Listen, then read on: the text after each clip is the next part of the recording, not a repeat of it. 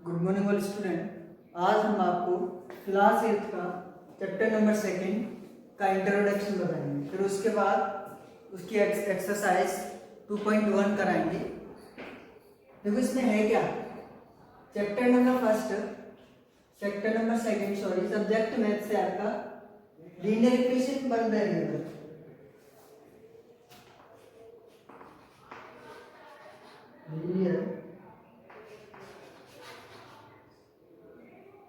Linear equation in one variable.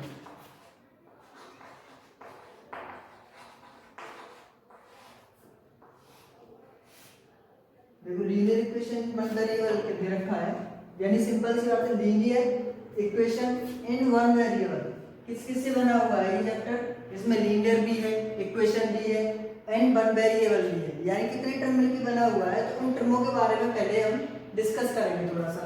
तो सबसे पहले पॉइंट हमारा लीनियर, सबसे पहला पॉइंट क्या है, लीनियर। लीनियर में क्या होता है, सिंपल में नाम समझे तो N algebraic expressions having a degree as one is called linear, यानी एक ऐसा अलजेब्रिक एक्सप्रेशंस जो एक डिग्री रखता हो, जो किसी डिग्री रखता हो, एक डिग्री रखता हो, यानी सिंपल x और y z उन सभी पे डिग्री 1, यानी जब कुछ नहीं होता है तो ऊपर कितना माना जाता है 1। ऐसे ही इस एक डिग्री वाले को हम क्या कहेंगे, लीनियर। प्रेजेंट में ये क्या है, लीनियर। ये लीनियर इक्वेशन नहीं है, केवल लीनियर है। अब बात करेंगे इक्वेशंस। इक्वेशन में क्या है, equation is the mathematical statement in which some variables and constant equal to variables और कांस्टेंट, यानी सिंपल सी बात ये है, अगर हम कोई सा भी वेरिएबल टर्म्स और कांस्टेंट टर्म को मिला करके इक्वल में वेरिएबल टर्म और कांस्टेंट टर्म को मिला करके इक्वल रख दिया जाए कुछ भी टर्म, यानी तो क्या आपका वो लिखा जाएगा आपका इक्वेशन। यानी ये जरूरी नहीं कि ये वाला पार्ट इस वाले पार्ट के इक्वल हो, यानी सिंपल सी बात है, या x की वैल्यू फाइंड कर सकते हैं, तो दैट इज इक्वेशन। देखो टू, मैंने एग्जांपल लिखा है 2x + 3 एंड x + 7, यहाँ क्या है, इसका किसका दिया है, इक्वेशन का। और लीनियर इक्वेशन इन दोनों को मिला करके क्या बना हुआ है, linear equation in one variable. यहाँ किसकी बात हो रहा है, ये वन वेरिएबल की। तो वेरिएबल क्या है, वेरिएबल क्या है, वेरिएबल के साथ एक कांस्टेंट टर्म दिया जाएगा। कांस्टेंट टर्म क्या है, इसके बारे में समझते हैं। वेरिएबल टर्म क्या है, which can be mathematical quantities are changeable is called a variables, यानी एक ऐसी मैथमेटिकल क्वांटिटीज जो चेंज हो जाती हैं, यानी उनकी वैल्यू चेंज हो जाती है। जैसे एग्जांपल के लिए x एंड y है, मैंने कुछ एग्जांपल लिया, समझ लो x + y = 2 या x + 2 = 5, तो यानी x की वैल्यू हर टर्म के लिए, यानी लीनियर इक्वेशन के लिए x की वैल्यू बार बार डिफरेंट टाइप से निकलेगी, यानी अलग अलग वैल्यूज रहेंगी। तो जब वैल्यूज अलग अलग आएंगी तो उसी को हम क्या कहते हैं, variable. Which mathematical quantities are changeable is called variable, यानी जो मैथमेटिकल क्वांटिटीज है जो बार बार चेंज हो जाए वही आपकी वेरिएबल होती है। x एंड y और z कुछ भी हो सकता है, ABCD में कुछ भी ले सकते हो। कांस्टेंट में क्या है, which mathematical quantities are not changeable is called constant, यानी ये क्या है, इसमें क्या था, x और y की वैल्यू चेंज हो जाती है, पर कांस्टेंट में ऐसा नहीं होता है, ये नॉट चेंजेबल होते हैं। नॉट चेंजेबल क्यों होंगे, जैसे मेरे पास 1 है तो मैं भी 1 बोलूंगा, आप भी 1 बोलोगे, चाहे कहीं भी चले जाओ 1 तो 1 ही रहेगा, 2 2 ही रहेगा, चाहे आप इंडिया में समझ लो चाहे आप फॉरेन कंट्री में समझ लो, 1 2 3 यही रहेंगे, 1 2 3 डिजिट तो वही रहेंगे 1 2 3, तो यानी इट इज नॉट चेंजेबल, तो it is called constant term. जो चेंजेबल होते हैं वो वेरिएबल टर्म्स होते हैं, और इन दोनों को मिला करके क्या होता है, लीनियर इक्वेशन। और यहाँ बात आएगी थोड़ी सी, आपकी एक्सपोनेंट यानी पावर क्या है, यानी यहाँ पर लिखा हुआ था डिग्री, एक टर्म आया था डिग्री, तो यानी a 3x + 1, 3x की पावर 1 + 5 लिखा हुआ है, 3x पे पावर 1, ये है आपकी इसकी degree, highest degree of the linear equation in 1, यानी जिसकी हाईएस्ट डिग्री 1 होती है वही लीनियर इक्वेशन होता है। तो सिंपल ये थी इसकी समरी। पहले इस समरी को आप एक्सरसाइज से करने से पहले इसको नोट करोगे, नोट करने के बाद साफ साफ राइटिंग में, फिर उसके बाद आप क्या करोगे, एक्सरसाइज 2.1 डालोगे, उसको हम सॉल्व करते हैं।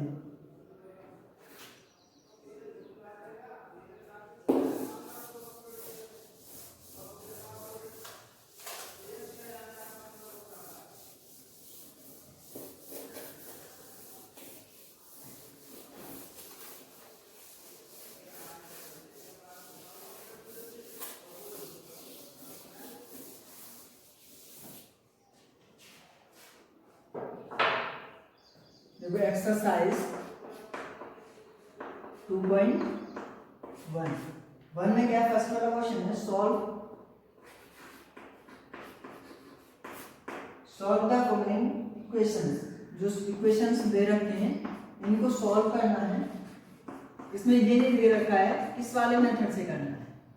तो सिंपल वे में इसको दो टाइप से कर सकते हैं। तो मैं आपको दोनों मेथड बता देता हूँ, first method and second method. तो फर्स्ट मेथड क्या है,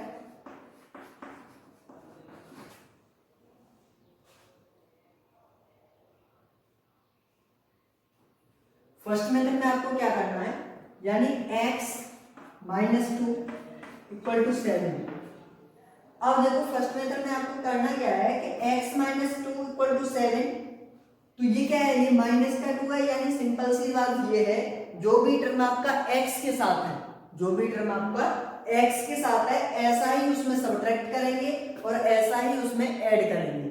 या मल्टीप्लाई की जरूरत पड़ेगी तो मल्टीप्लाई भी कर सकते हैं, डिवाइड की जरूरत पड़ेगी तो डिवाइड भी कर सकते हैं। यहाँ देखो माइनस 2 है, ये माइनस 2 कब कटेगा, जब हमारे पास प्लस 2 होगा। तो adding both side, adding both sides plus का 2, यही एडिंग करनी है आपको बार बार, यहाँ चेंज कर दिया करो, बस माइनस का 2 प्लस का 2 जो भी चेंज करना है वो भी इसके अकॉर्डिंग। जैसे माइनस का 2 है तो यहाँ प्लस का 2 आएगा, माइनस का 1 है तो प्लस का 1 आएगा, माइनस का 5 है तो प्लस का 5 आएगा, यहाँ प्लस का 5 है तो माइनस का 5 आएगा। यानी जो भी x वाले टर्म के साथ है उस साइड में करना है, और ये बोथ साइड करना है, adding both side, adding both side. तो x माइनस 2 प्लस 2 ही तो किया है दोनों साइड में, तो इस साइड में ऐड किया है तो यही प्रोसीजर सेम इस साइड में भी करना पड़ेगा।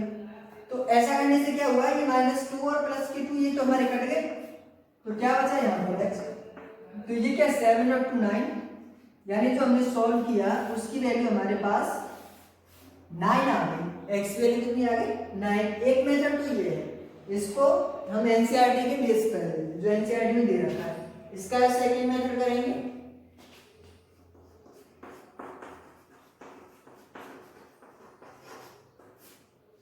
देखो सेकंड मेथड है, यही टाइप लिखेंगे x माइनस 2, इसमें कुछ लिखना नहीं, सिंपल सॉल्व करना है। क्यों, इसमें वैल्यू यानी दे रखा है कि इस वाले मेथड से करना है, इसलिए हम दोनों मेथडों से कर सकते हैं, कोई वायलेशन नहीं है।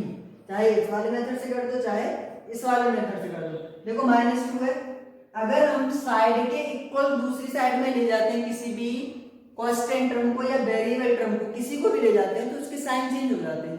उसके जब साइन चेंज कब होते हैं, जब ये वैल्यू इक्वल की दूसरी साइड में जाती है, यानी इक्वल की दूसरी साइड में जाएगी तो इसकी साइन चेंज हो जाएंगे। तो ये x माइनस 2 इसको हम इधर ले जा रहे हैं, तो ये 7, ये माइनस है तो इधर किसका हो जाएगा प्लस के 2, अगर प्लस का है तो इधर किसका हो जाएगा माइनस के 2। तो x की वैल्यू कितनी हो गई 7 और 2 9, यानी दूसरा मेथड आपका ये है। यानी चाहे तो आप इस वाले मेथड से कर सकते हो चाहे आप इस वाले मेथड से कर सकते हो, दोनों मेथड आपके सिंपल है, कोई दिक्कत नहीं है। ये है एक्सरसाइज 2.1, इसमें कुछ क्वेश्चंस और दे रखे हैं, उनमें से हम कुछ और करा रहे हैं, फिर बचे हुए आपको करने। जैसे question number 4,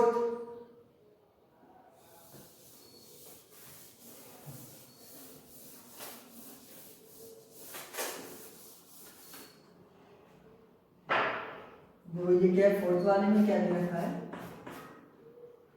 3/7 plus x equal to 17/7, यही तो दे रखा है। हमने क्या कहा था, जो x के साथ है उसको दूसरी साइड में ले जाते हैं, उस वाले सिंपल वाले मेथड से इसी से करेंगे। तो x देखो ये 17 अपन चलो इसी से कर देते हैं, एडिंग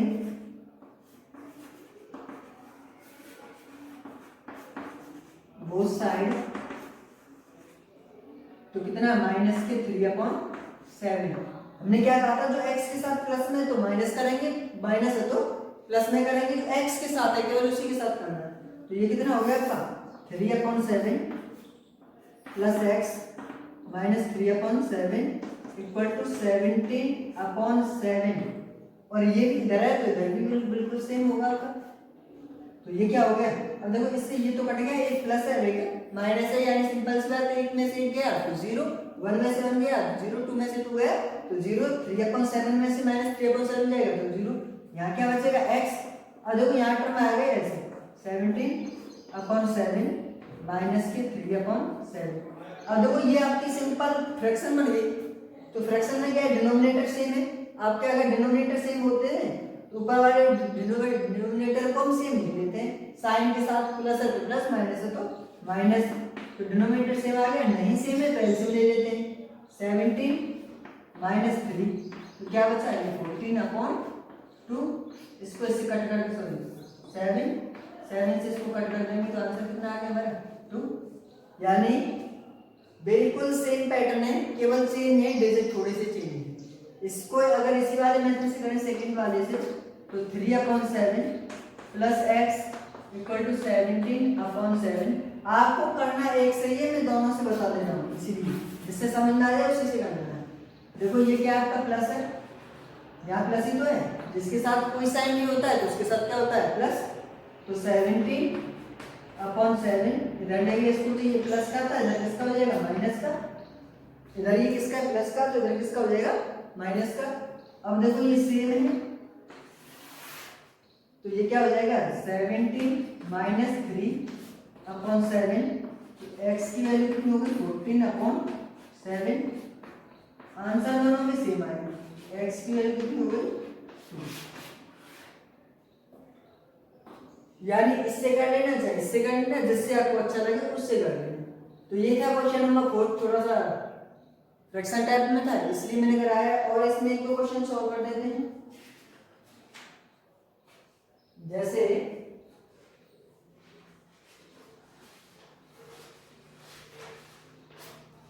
क्वेश्चन नंबर 8 ले लो।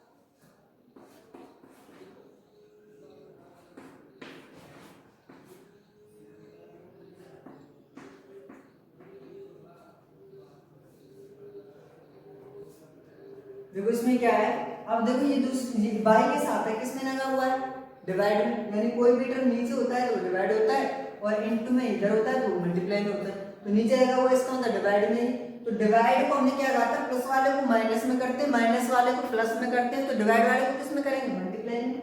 डिवाइड वाले को किस में करेंगे मल्टीप्लाई में। तो मल्टीप्लाई बोथ साइड।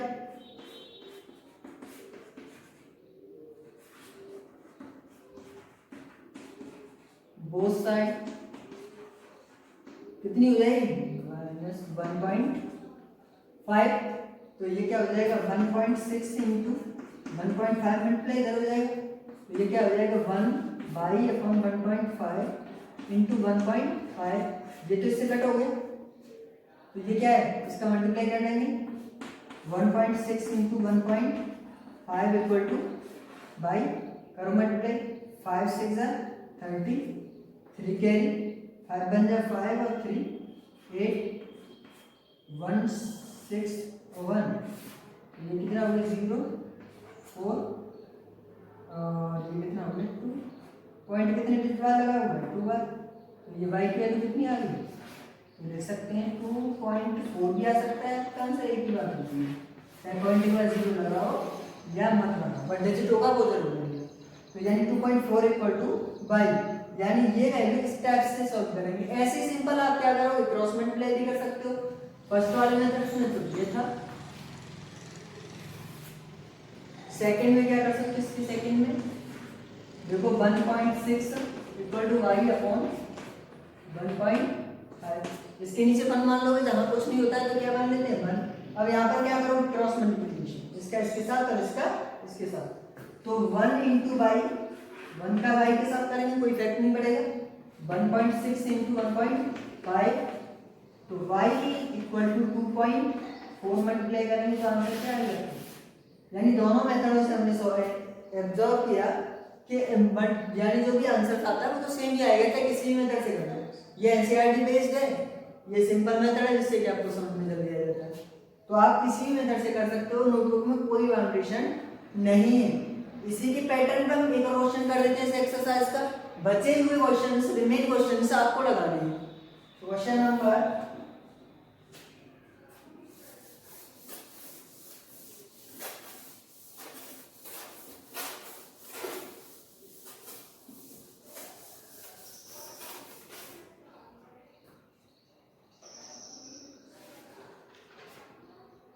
देखो, ये क्वेश्चन नंबर 12, x/3 + 1 17/50। तो देखो वही पैटर्न है, x के साथ है प्लस, x के साथ क्या है +1, तो -1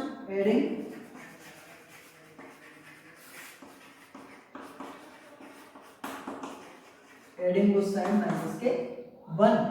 तो ये क्या हो जाएगा x/3 + 1 - 1, ये क्या हो गया 1/1। अब देखो ये क्या, इससे ये कट गया, क्या बचा x/3।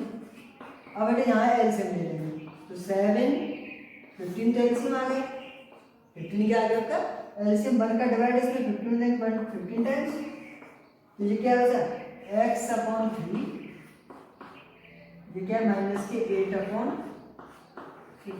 या तो आप क्रॉस मल्टीप्लाई कर दो या सिंपल लिख के लैंग्वेज में कर दो।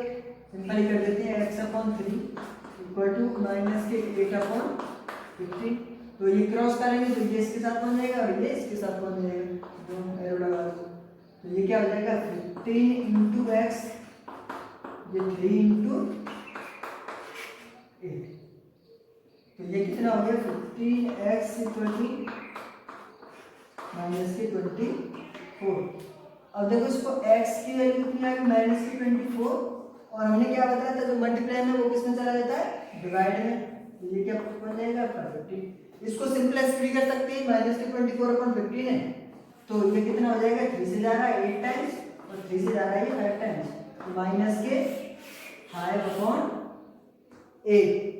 यानी इसी की क्वेश्चन पे बचे हुए क्वेश्चंस आपको क्वेश्चन नंबर वेट कौन से करने हैं आपको, मैंने कौन से कराने, देखो 1 कराया है, 2 छोड़ दिया है, 3 4 कराया है, 5 करना है, 6 करना है, 7 करना है, 8 मैंने करा दिया है, 9 10 और 11। ये क्वेश्चंस आपको डू योरसेल्फ DYS या डू इट में करने हैं। यानी इन्हीं क्वेश्चनों को आपको ये एस होमवर्क का।